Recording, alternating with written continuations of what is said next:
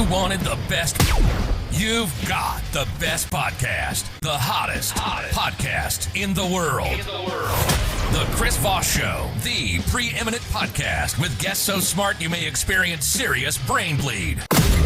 Get ready. Strap yourself in. Keep your hands, arms, and legs inside the vehicle at all times, because you're about to go on a monster education roller coaster with your brain. Now, here's your host, Chris Voss. Hi, folks. Chris Voss here from thechrisvossshow.com, thechrisvossshow.com. Hey, we're coming here with another great podcast. Oh, my God, it's another one. 700 podcasts on the Chris Voss Show. Go back and listen to all those shows. We've had such a plethora of amazing authors, guests, CEOs, people that have been on the show. We're bringing you another brilliant author today who's going to blow your mind with his amazing book. And to see that, you can, of course, subscribe to the podcast, tell your friends, neighbors, relatives to. Go to youtube.com/Chris Voss, hit the bell notification. Go to goodreads.com/Chris Voss. Go to facebook.com/The Chris Voss Show. You go to LinkedIn.com, and you can see all the groups. There's like 3 or 4 groups over there, as well as Facebook as well.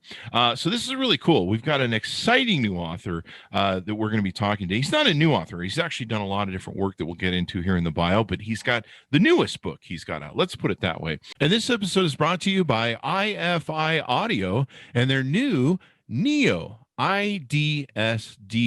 The Neo is the new wave of digital sound listening for your desktop, music, gaming, and bleeding-edge Bluetooth, even MQA audiophile decoding. We're using it in the studio right now. I've loved my experience with it so far. It just makes everything sound so much more richer and better and takes things to the next level.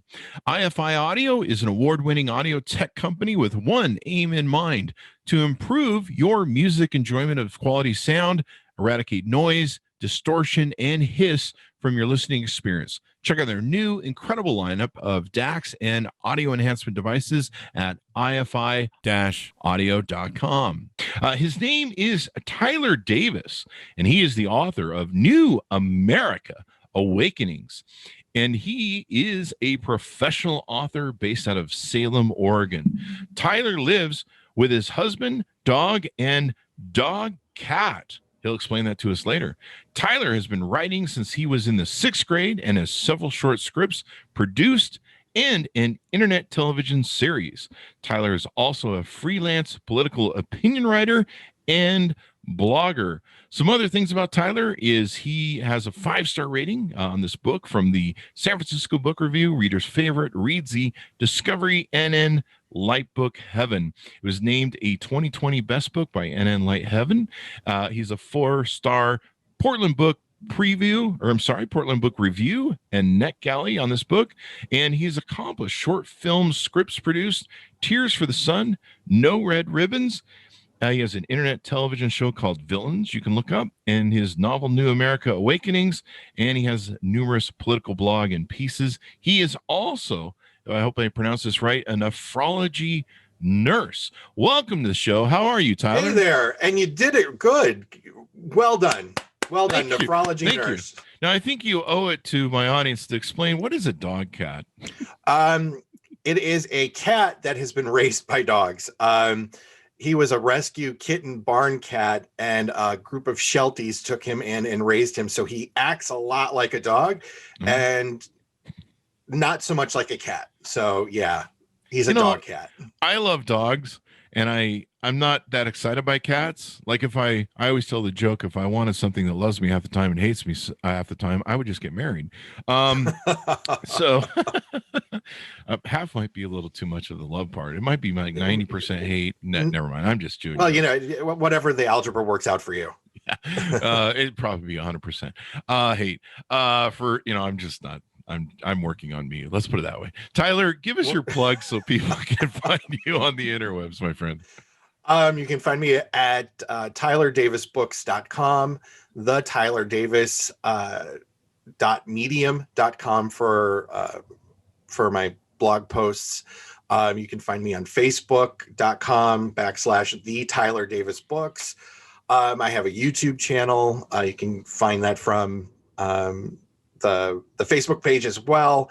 And And then, of course, all of the various places that you can buy my book, Amazon, Best Buy, Amazon, Barnes and Noble, iBooks, Kobo, pretty much wherever books are sold. If it's not physically there, they can order it for you. There you go. There you go. And you have written a book that is certainly most topical, even down to this day today. So this is pretty amazing. Yeah. Let's start with the reason why you wrote this book. And I got to tell you, folks, stay tuned, because this is going to be an amazing story that parallels our history and our time that we're living in now.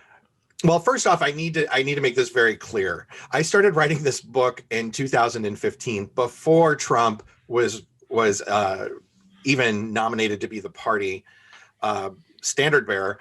But I am a huge fan of dystopian novels and movies, and because they deal a lot with politics. And I asked myself, what if our country was taken over by Christo-fascist authoritarian regime?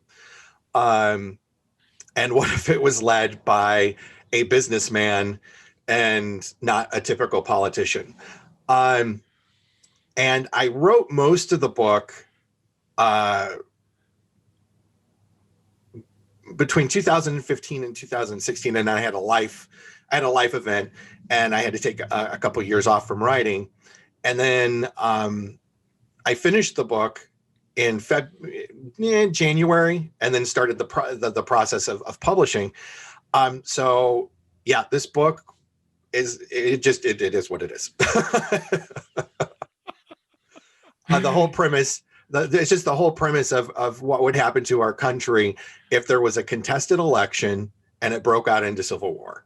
There you go. So give us that overview of the book. Is maybe with a little bit more detail of what the book is about and the, Okay. the parallels of it. So the book takes place after the Civil War, and there was a foreign invasion, and then the president takes over the country. And people are split into projects based on race and religion, because the government felt that by being kept with your own people, it would be more peaceful. Again, wrote this before last year, and it's also a coming of age story of a young man named Colt. He's 16 years old. He's grown up in a white Christian project that is under attack by Muslims, or at least, that's because they're very isolated. The government controls all of the media, all of the information, and it's really about him growing up in this project before he finds out really what the government is up to. And it starts a larger journey. It's definitely not all in one book. There you go. Now when you say not all in one book, is there a continuing series to this book that you plan? There are 3 books in this series. So the first book is basically Colt trying to decide what kind of man he wants to be living in this world, and then finding out the government isn't who they say they are, and then I don't want to ruin it for anybody, so I don't want to say at the end of the first book this is what happens. Buy the book to find out what the hell happens. Yeah, but there's his family is very much under the eye of the government and the local authority, and her name is Catherine, and lots of cheery stuff in it, like guillotines and people's heads. My favorite. Oh, it's a holiday favorite, right? And disagreeing with the government comes at a cost of your life. Does it seem a little? I don't want to say it's exactly like that, but is it a bit like 1984ish, where you're fighting an oppressive government, and you're trying to find the truth? Kind of. if I was forced to, it's kind of a mix of 1984 and maybe like Maze Runner, Hunger Games, where there's a larger adventure for the young adult. Nice. But it definitely has the 1984 feeling. The Portland book review, when they reviewed it, said it's one of the possible Americas that 5 years ago would have been seen as a dystopic science fiction and impossible to actually happen. Nowadays, we're not so sure. New America Awakenings makes 1984 look rather tame. It almost became a documentary. It's funny. I had some of my pre-readers. They were messaging me like, were they like looking over your shoulder? Because there are some things in this book that are just like just really spot on, and even there's a health component in it. And I'm like, I really should have gotten a non-disclosure out of, and a paycheck, damn it. You're going from novelist to historian. It's funny. We've had so many authors on this year, great authors like yourself, and they submitted most of their manuscripts to their publishers like back in September of like 2019. And as we interviewed them as their books were published, and almost a year later or 9 months later, it was amazing. They were just like, wow, I knew I was kind of right, and I warned people about shit that can happen, but I didn't think it'd come true. So there's that. Well, anybody who likes politics, and I've loved politics my whole life. I was a second grader campaigning for Jimmy Carter, so I guess I've always been, for the underdog. Anybody who's paid attention to the last 25 years could see that this wasn't a really big stretch. And when I wrote the book, I wanted to write a book that was dystopian, that didn't rely on laser beams or hovercraft or having to look like Tina Turner in Thunderdome.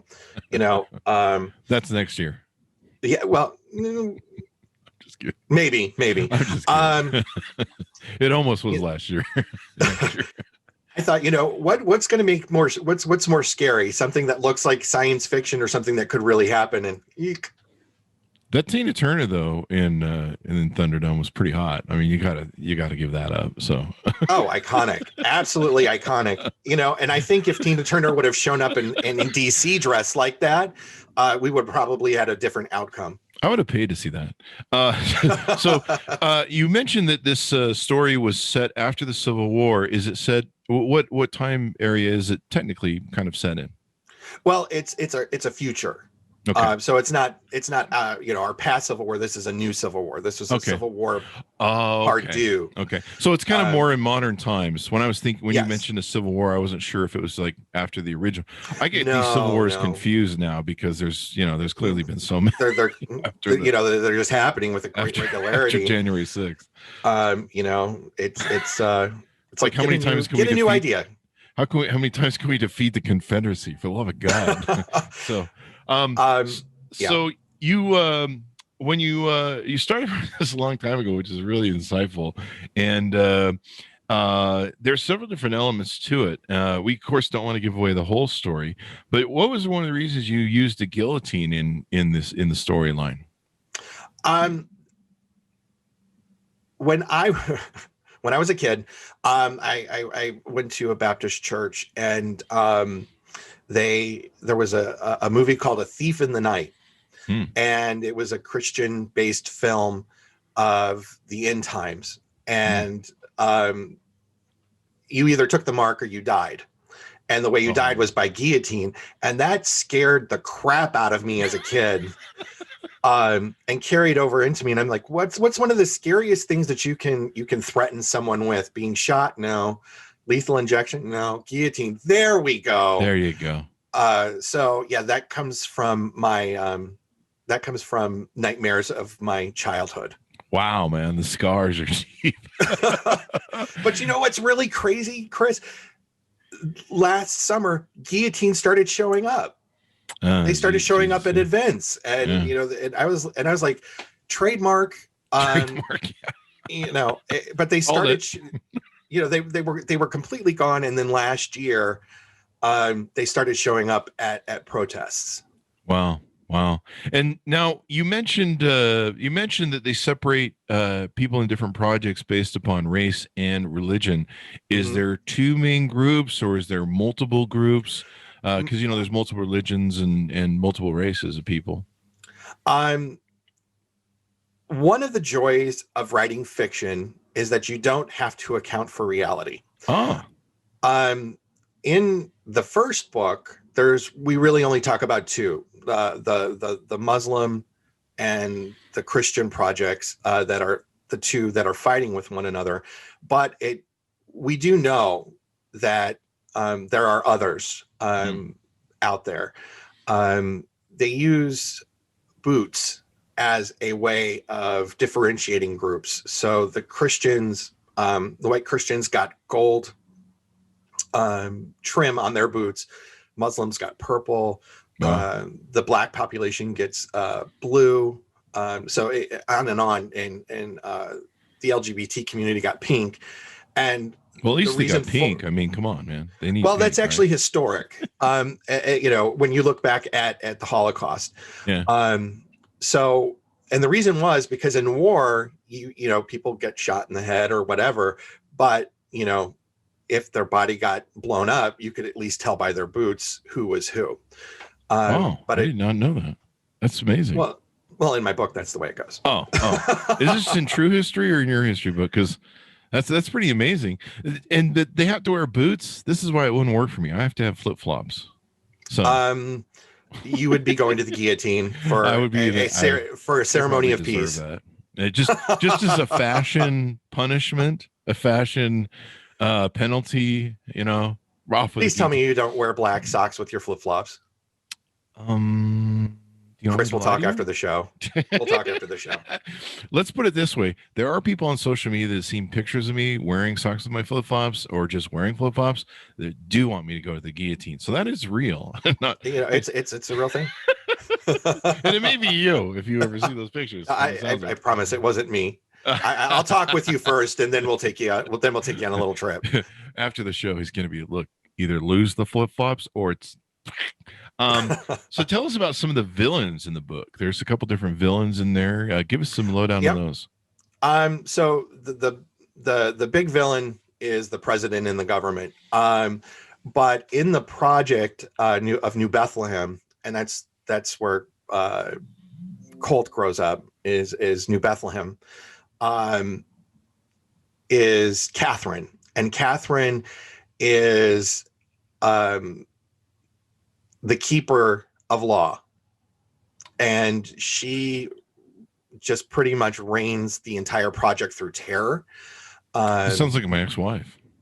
It could apply to so many different exes. There's something called the red phone, and you can anonymously call in on your neighbors to report them, except for the anonymous kind of goes out the door because it's all covered in glass. But in the book, they said they put a red phone booth out in front of her house because they thought she probably used it so much they wanted to make it convenient for her. Wow. I have to be honest. She was one of my most fun characters to write. You are a sadist then. Well, no, it's I wanted to write a villain that was complex, because it's so easy to make a one-dimensional villain who's just out for blood or money or both. She's very complex, and that she has to have conditions for her in order for her to act, and she's completely a narcissist. Very unaware of herself, but she holds all the power. And, even when she has a moment of showing her humanity, her humanity's just that shallow. But she was a lot of fun to write.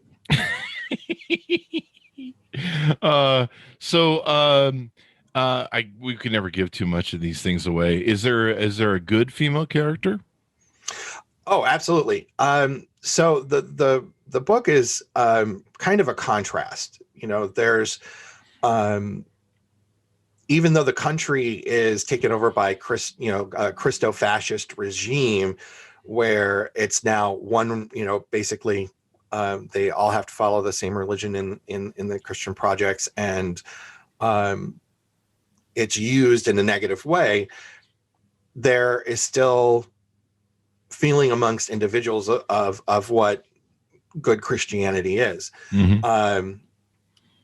So there is, Colt's mother is a very strong woman who is, she's really actually pretty inspirational.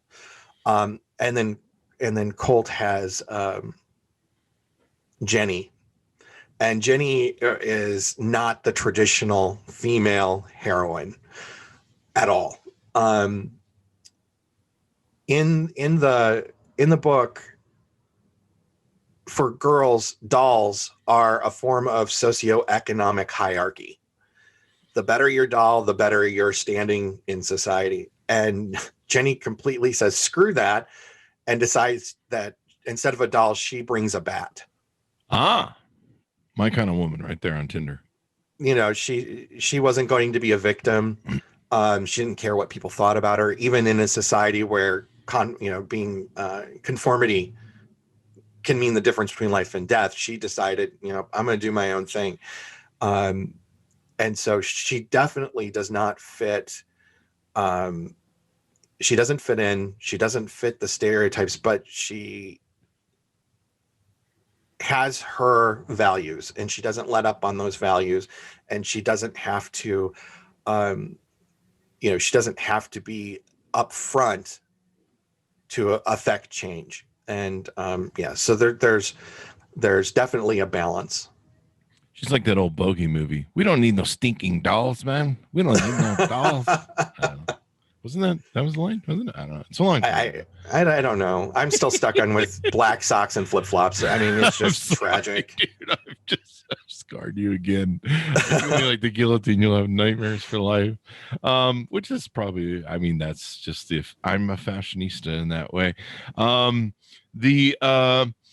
of the things about this book that was kind of interesting is you make it okay for the characters that are boys to cry and have emotions other than just anger and strength. And so using emotions in this way kind of made it a little different. What were some of the reasons behind that and the reasons you use that with your characters? I believe that, we all are subjected to emotions, and that this whole concept that boys don't cry is a myth and harmful. But more so, in this world that they live in, this authoritarian world, emotions become an important characteristic to hold on to. When you have to be like everybody else and you have to conform, and you're not allowed to have your opinions, you can at least still own your emotions. And so for Colt, it was really important for me to try to hold on to his humanity as a hero, as the hero of a story. And I've had a lot of readers who have actually reached out to me about that and have thanked me for, allowing that emotion to be there, because it really helps to balance out that oppressive government, that oppressive feeling. And I think that this is true of humanity. We hold on to our emotions. Mm-hmm. It's a very good lesson. I cried this morning at the inaugural just to be rid of evil. But no, it's right. I mean, we've actually talked a lot on the show about inclusivity and different things and issues with men, and how we need to get better in touch with our emotions, so we're not always, running off doing stupid wars and things of that nature. And maybe we deal with our, whatever is skewing at us. And so I like that. It's a good setting. It's a thing that we need to learn and turn the page on. Hopefully we enter a more gentler age with what's upon us. Certainly with the defeat of any fascist, one of the things they bring is male toxicity and chauvinisticism. Is that a word? We're going to make it a word. We're going to make it a word now, man. Poetic license. Is that what it's called? Fuck it. Poetic license. I just took it. So anyway, so I think that's good. I think it's more of that being in our media, and supporting of that is really good as well. New America is split into different projects based on religion and race, and your book has an ominous future for LGBTQ Americans. Why was this important to put in this book? Well, as a member of the LGBT community, our history has been one where when fascists come in, when the authoritarians, the fake Christians come in, the first group that they often go for are the LGBT. Trump's, one of his last acts last week was to get rid of protections so that gay people could adopt. It affected elder care. God damn it. It stripped a lot. Homeless LGBTQ kids could be refused to go to shelters now because all those protections were removed. And so what I wanted to do with this book to so that it was believable was that the LGBT community in the beginning kind of disappears by wearing those pink the pink stripes on your boot. Everybody knew who you were. The government had no tolerate. They just weren't tolerated. And we'll find more in the second and the third book. Like every other part of history, you think you got rid of us, but guess what? We're still here. But it was important for me to put that in, to be realistic, to say, hey, our history has shown this. Hitler, it wasn't just the Jews. There were other groups of people. One of them were the LGBT. They had to wear the upside down pink triangle as their identifier. When we look back in our histories all over, generally they're one of the first groups to get pegged. So it was really important for me to make sure that in this first book, we know that they exist, that they're acknowledged, but that it's going to have a bigger part to the overall story in the next two books. And I totally agree with you. I mean, we've had some great authors on this last year. They talked about the rise of fascism and all the different fascist leaders, what they do. And in fact, Strong Men by Ruth Bengay, I believe, if I'm recalling correctly, forgive me if I don't, Ruth, we recommend her book for Christmas. But she documented the profiles of so many of these fascist leaders, Pinochet, Duterte, Silvio Berlusconi, all these people. And usually fascists come to rise after a time of a lot of rise of LGBTQ rights, after the rise of women's rights. And it really is a male toxicity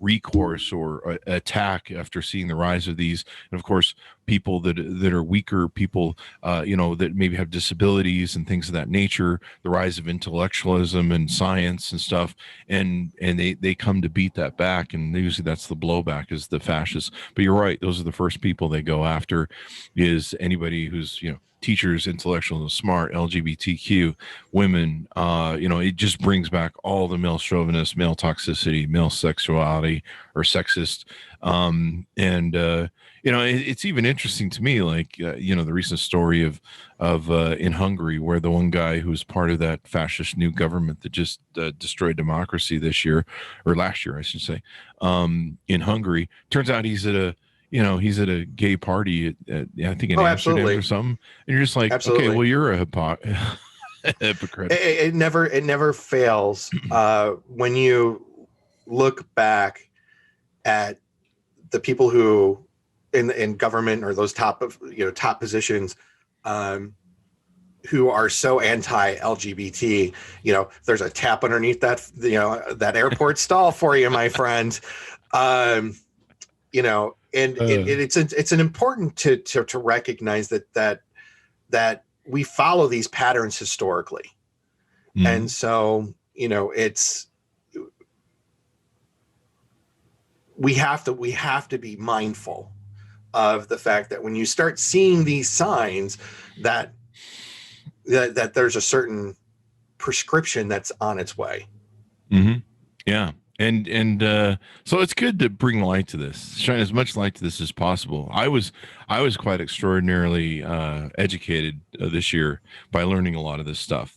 That's how this happens, the reaction, why this comes about, and I'll be talking about it for years in the future to make sure that we don't ever hopefully arrive at this point again, at least not in America, which always stands at a risk. So you're going to be writing how many more in the series, to reiterate? I think 3, correct?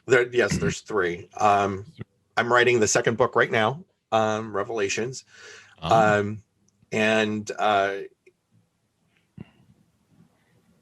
These books also follow, because it's not just a story about the breakdown of America. It's also the story of a young man and trying to decide who he wants to be. And we kind of go through 3 different phases in our lives. We grow up with what we're taught. We kind of embrace that because that's what our parents teach us. And then our second phase is we start to question that, and we rebel, and we want to go out, and we find out the world isn't really quite the way we were brought up, and that's true for everyone. And then the third part of our life is we've come to our own conclusions. We've come to our own faith. We've come to our own philosophies, and we settle into that. So these 3 books kind of follow that, that journey for Colt as well. Obviously, it's an accelerated pace. Most of us, I can only speak for men, generally don't find ourselves until we're about 35, 36 years old. But so this is an accelerated pace for him, but the books kind of follow that, that human experience. Mm-hmm. There you go. And so the new book is it going to be New America and then that title, or is it just going to be that title? No, it'll be New America Revelations. There you go. The San Francisco Book Review, New America Awakenings is a powerful new release and goes for the jugular and refuses to release the script. The book is shot fired at the heart of the Orwellian surveillance state and has the makings of a dystopian classic. That's a great review. If I could make love with that review, I would. When you're writing, your biggest hope is that somebody reads it and they don't go, "Oh God, this is crap," or you don't, your big take back is, "My grandma says it's a good book."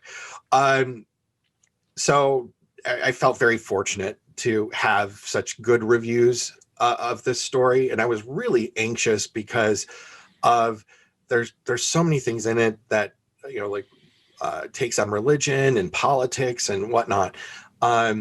So I was. Yeah, I think I want to eventually have that review framed. That's a great review. It really is. It nails it. You read that review, I'm buying that damn book, man. I'm reading that thing. So you built it out to run like a movie. If it were made into a movie, what would be your dream cast? And you can put me in as lead if you want with my flip-flop socks. I think we'll put you in as the character who's already lost their head and is just on the guillotine, or a villain. Yeah, probably guillotine. Yeah. That's probably. Kathy Bates would have to play Catherine. And it'll make sense to you when you read it. But she's just like literally all I can see is Kathy Bates playing Catherine. I would love to see Colt's father played by, I know this is a little bit controversial, maybe a little bit, but Eric McCormack. Yeah. He played Will on Will and Grace, and he also did Travelers. Yeah. I think he's absolutely fantastic. For Colt's mom, there's an actress here in Portland that I had the great privilege of working with, and she's been on Portlandia before. That's a funny show. Oh, it's hilarious. But her name is Katie O'Grady, and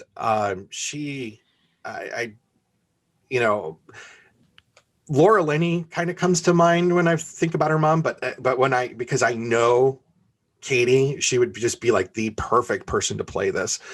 And then I'm torn, but there's a character named Marshall who is very instrumental in protecting Colt, but you gotta, I don't want to ruin it for anybody. But I'm really torn between Nick Offerman and Henry Cavill. Mm-hmm. And I know they're completely different people, and but those would be my two. As far as the kids go, I kind of would like to see, newer talent, and not the same people always, being represented. Sorry, George Harrison, you're out. Or Frank. Well, did I get that wrong? George Harrison? Is that the Beatle? What the hell? Yeah. Yeah, you know what I'm talking about. Harrison Ford. Harrison Ford, yeah. I think he's a little old to play 16. But if I had to pick, if there was anybody, the kid from Stranger Things? Yeah. No. The geeky kid. Mm-hmm. Yeah. Him to play Joey. But as far as Jenny and Colt go, I'd really want to find somebody unique and new to come to that role. There you go. Who would you have direct it? Oh my God. Joss Whedon. I think I could just fall dead and be happy with that review and Joss Whedon directing my movie. There you go. Or Rob Reiner. There you go. Rob would be good. Rob writes, he does some amazing things, but he might want to turn into Conway. He runs that way. Kind of. He's done some pretty good serious work too. Yeah. But he's a pretty good eye. He's a really good eye. It's so funny as a child. I grew up watching him as, what was it, Meathead? Yeah, that was. Meathead. I used to watch Archie Bunker when I was a kid. I was a kid, so I didn't realize how racist it was. I knew that we were going through a time of hippies, and I'd turn on the TV and there'd be Nixon and the Vietnam stuff, and I'd be like, "What the fuck is going on here?" But it was fun to watch at the time, not understanding the context of it. But made All in the Family just absolutely brilliant was that it embraced. Yeah. It embraced Archie Bunker and made no apologies for him. And, there's a part of me that thinks that we could use a little bit of All in the Family today. Yeah. On TV. Well, I saw a lot of people who took Archie Bunker seriously on December 6th. So, well, because Archie was so ridiculous, it kind of made people go, "Oh, I don't want to be like that," But everybody knows somebody like December him. 6th. Yeah. And now it's like and you. Now we got plenty of people to pick to play that character. Can we just talk about the guy going through the Capitol with the Confederate flag for a moment? Yeah, sure. You do.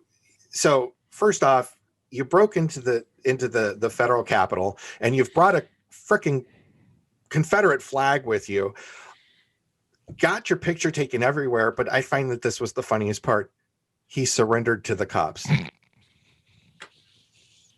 The Confederacy lost twice. Lost twice. The surrenders twice.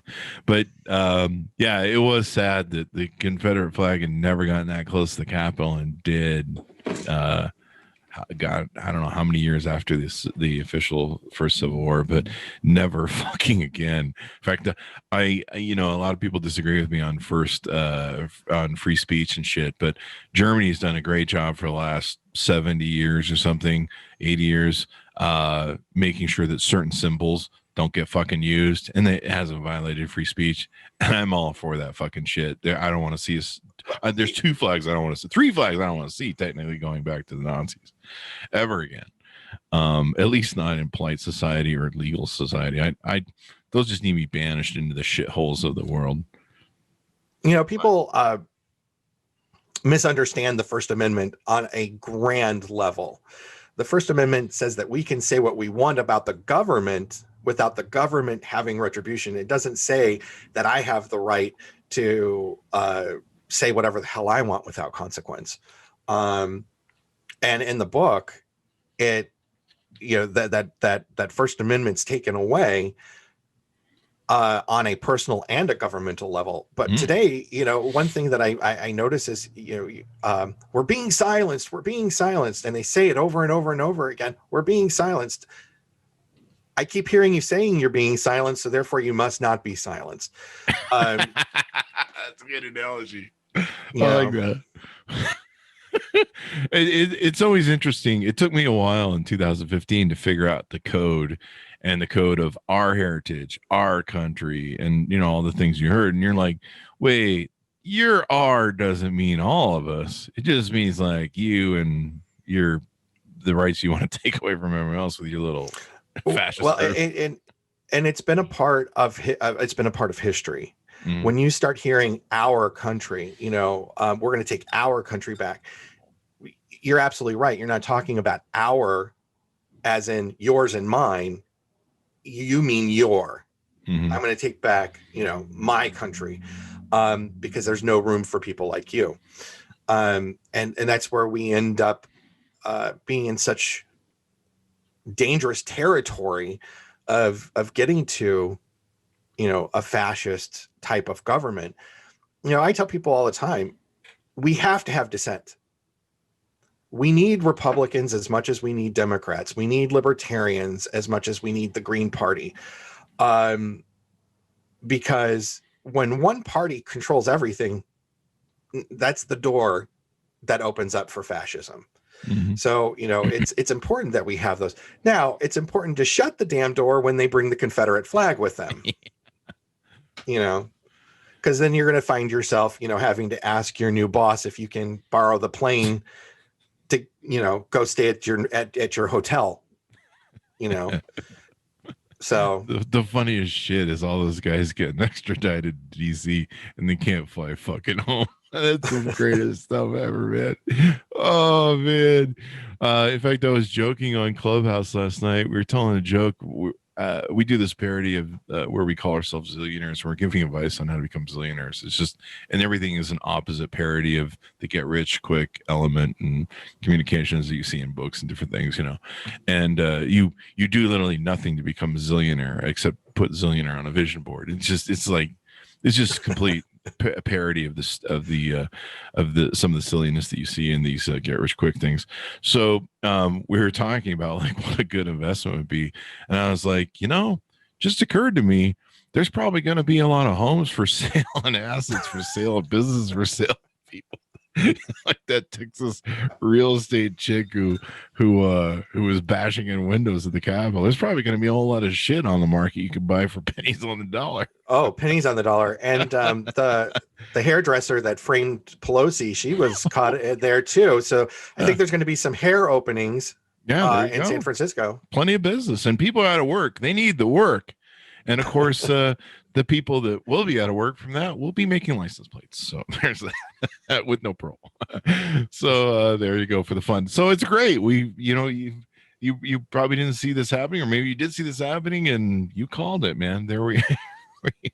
Well, I'm certainly hoping that, we've dodged this particular bullet. I think we were on the precipice of it, but I think, that democracy is fragile. Yep. It's just fragile. We are always but one election away from ruination. Yep. And that's what the book, it tipped. Yeah. And this is what happens when it tips. We came a few closed doors in the Capitol that people were hiding under desks in for ruination. I mean, I sat there in horror because I've seen so many capitals burnt, so many buildings burnt in an insurrection and coups, that Russia with not Gorbachev. Well, it was a takeover from Gorbachev of what's his face, tanks in the Capitol and shit like that. And so I was sitting there watching it going, that building starts fucking burning, I'm going to lose it. So there we are. The thing I'm looking forward to is the only Proud Boys I want to hear about is the LGBTQ Proud Boys parading in the streets. I'm all for that, man. Them re-owning that shit is awesome. And I've always said that if you want to take over a government, first you send in your middle schoolers, all your middle schoolers, because they'll just tear everything to pieces. Then you send in your drag queens and everything will look pretty at the end. That's how you take over a government. Maybe we should have Biden appoint RuPaul as a fashionista ambassador or some shit. I don't know. She can counsel me. I think the closest we got was Pete Buttigieg as Secretary of Transportation, which I'm really excited about. I'm a real Pete supporter and a Pete nerd. But I was kind of like, yeah, they took my advice. They put a gay man in charge of rebuilding. And I think we have a trans appointee and assistant to health, I think, or something like that. Yep. The assistant health. And that's creating some howling at the moon. I'm sure it will. Fuck them. At least we know their lungs are going to be nice and clear. Conservative tears, but we will hear their voices in free speech. Pete Buttigieg, that guy's got a fucking future. I want to see him as president someday. The only disappointing thing about Pete Buttigieg is you'd sit and watch him talk, and I'm like, he's too smart for us dumbass people in this nation. But I love the way he debates, man. He's like whipping fucking smart, man. I would. Oh, he's like surgical. Yeah, he's surgical. He's surgical. Yeah. I would not want to ever debate him over anything. No. Oh, you want Brussels sprouts for dinner? Okay, that's fine. I don't want to debate you about it. Yeah. One of the things that just amazes me is the groupthink that on the right that, the progressive left and the Democrats are all the same. They hate the Democrats. They hate Pete Buttigieg with a fiery burning passion. They hate him. Yeah. It's that group think that gets us into trouble in the end. I invited his marriage partner to come on for the book that he wrote, and we couldn't get through him by follow him on Twitter, or on Instagram. But I would hate to get in that, this household debate. Did you make the eggs? Anyway, I'm just joking. So anyway, guys, anything more we need to know about the book before we go out? Actually, yes. The book is, if you like the ebook versions, like for a Kindle, iPad, I've reduced the price for that down to $2.99 so that you can go in, check it out, see if you like it, and then you can always go back for the hardcover later. Being a new author, and people going like, who the hell is this? I really want to invite people to get into this story, to find themselves, to look at where we possibly could go. But it's for $2.99 on iBooks and at amzn.to. Come and visit me at my website or my blog posts. I am on Twitter at the Tyler Davis Books. And if you like it, just like with Chris, make sure you leave a comment and and give it a couple of stars and tell a friend. There you go. Let's go. Are you in Goodreads? You should get over there if you aren't. I am in Goodreads. There you go. So check him out on Goodreads. Guys, check out the book. I'm just glad that it's a work of novel theory as opposed to fact. And so you can read what would have happened. Maybe, I don't know, maybe that's a reach. Check him out, guys, at New America Awakenings. It's been fun to have you on, Tyler Davis, and check that out. Thank you so much, Chris. To my audience. Thank you for spending some time with us. It's been a fun discussion on an interesting day to do it, or interesting time to do it. Historic. Yeah. The old saying, may you live in interesting times. Oh man, for 5 years I've lived holding on to a couple logs, and one log that I've held on to through the rapids was Biden saying, democracy in America, we zig and we zag, and hopefully we always zig back to the right course. So it's been a weird ass journey, or like George Bush said in the last inaugural, I don't think we're done. I don't think we're done. But the last 4 years have been interesting. There you go. Let's put that was some weird shit. I want to get an audio or just a video of George Bush saying that. That was some weird shit after that thing. But anyway, guys, thanks for tuning in. We certainly appreciate you guys being here. Check out the author, check out his links and all that good stuff. Buy the book, get the hardcover. I love the hardcover of books. I love the tactile function of them. They look so good on your shelf too, because people go, wow, you're well read and smart. But there you go. Go to youtube.com/Chris Voss. Hit the bell notification button. Go to goodreads.com/Chris Voss. Facebook.com/The Chris Voss Show. Check out all the groups over there. LinkedIn/Chris Voss, of course. And check out the big groups over there. There's a big 135,000 C-class group that we have over there as well. You should check out. Anyway, guys, thanks so much for tuning in. Thanks for being here. Wear your mask. Stay safe. Welcome to America. We'll see you next time.